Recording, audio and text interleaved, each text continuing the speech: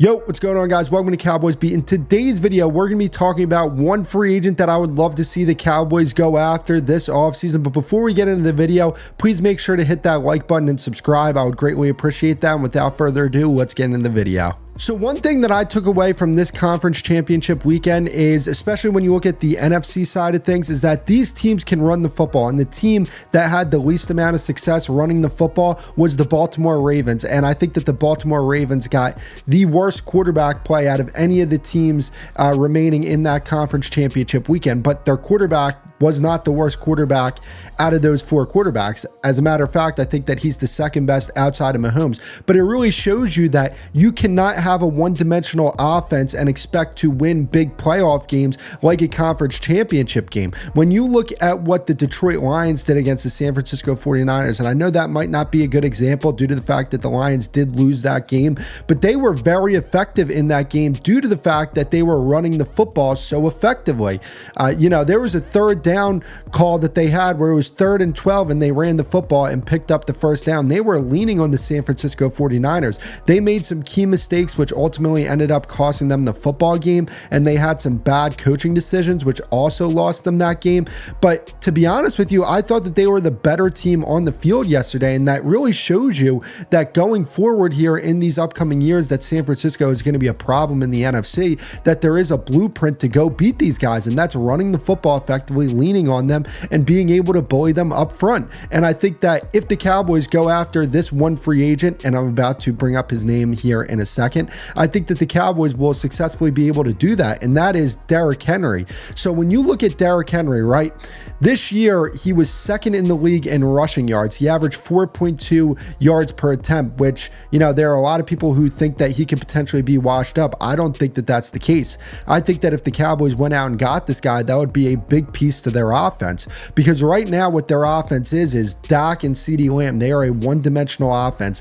They don't get much production out of their rushing attack. And I do actually think that part of that has to do with how poor their run scheme was, but part of that had to do with that they didn't really have the type of personnel that you need when it comes to playing bully ball, right? And I think that Derrick Henry provides that and then some. Now, if you go and get Derrick Henry, I would love for the Cowboys to go and get a compliment to him in the draft. Think of a Bucky Irving from Oregon. But I don't think that the right way to go about fixing this rushing attack is to draft a running back in this draft. There are some running backs that I do like.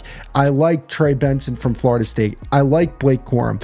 Jonathan Brooks is a guy from Texas, but he's coming off an ACL injury. Braylon Allen, Audric Estime. I like these guys, but if they're the number one running back on this team come next season, how confident in them do I feel, or how confident do I feel that the Cowboys are going to have an effective rushing attack? I wouldn't feel very confident in that. So if they were to bring in a Derrick Henry, I would feel very confident about that. And not only that, like I brought up earlier, it adds another wrinkle to this offense, because teams really did not fear this offense outside of Dak and CeeDee Lamb. And Jake Ferguson was a nice piece as well. But, Derrick Henry strikes fear in the heart of his opponent, right? And, especially when it comes to Dak Prescott, he has his playoff demons that he has to exercise. And I do think he does go into these games a bit nervous. So you're not going to move on from Dak Prescott this year. It's not going to happen, right? And if we're looking for solutions on how to fix this Cowboys team, I don't think that personnel is really the issue outside of, a few spots on this team that they can improve on, running back being one of them. But if I'm the front office, I'm saying, okay, our quarterback might get nervous in these games. So how do we counter that? Let's get a real difference maker at the running back position that we can hand the ball off to 20 to 30 times if need be. When was the last time that the Cowboys really started leaning on the team? Think of, the Buffalo Bills versus the Dallas Cowboys. When was the last time that you saw the Cowboys be effective on offense and not have Dak Prescott have a at least good game, right? In that game that the Bills had versus the Cowboys, Josh Allen didn't have to do that much because they were leaning on the Cowboys. They were running the ball so effectively. I can't remember the last time that happened with the Cowboys.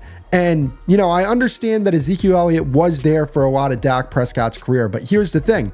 When Ezekiel Elliott was in his prime. Dak Prescott was not in his prime. We're watching a prime Dak Prescott right now. So I think that if you add that element of an effective rushing attack to this team, along with a quarterback that can do a lot of really good things for your offense, along with, we'll talk about it in tomorrow's video, adding another wide receiver to this team to take pressure off CeeDee Lamb and add another weapon to this team, I think that you could be looking at a really, really effective offense. And this was an effective offense this year, right? They were the number one offense in football without a rushing attack that teams really respected, and without, a receiver that garnered respect outside of CeeDee Lamb.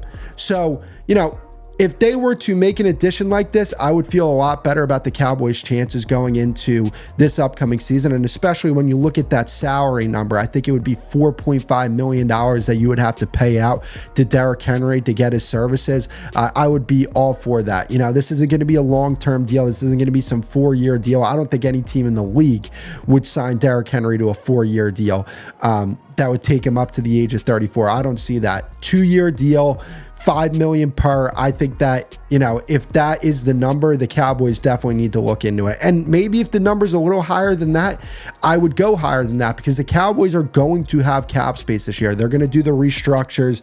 They're going to do the contract extension with Dak. But even if they don't extend Dak, right, they can still restructure his contract and put that money into void years. I wouldn't do that, because I do think that if you restructure Dak's contract and ride out with this 1 year, there's a very real chance that he'll leave this team, and you'll have to deal with, paying Dak Prescott to not be on your team. You're going to have to deal with a significant amount of dead money over the next year or two. So I wouldn't be for that, but that's besides the point. I think that the Cowboys really do need to go after Derrick Henry. He would be my number one choice in free agency. But again, that's not where it stops, right?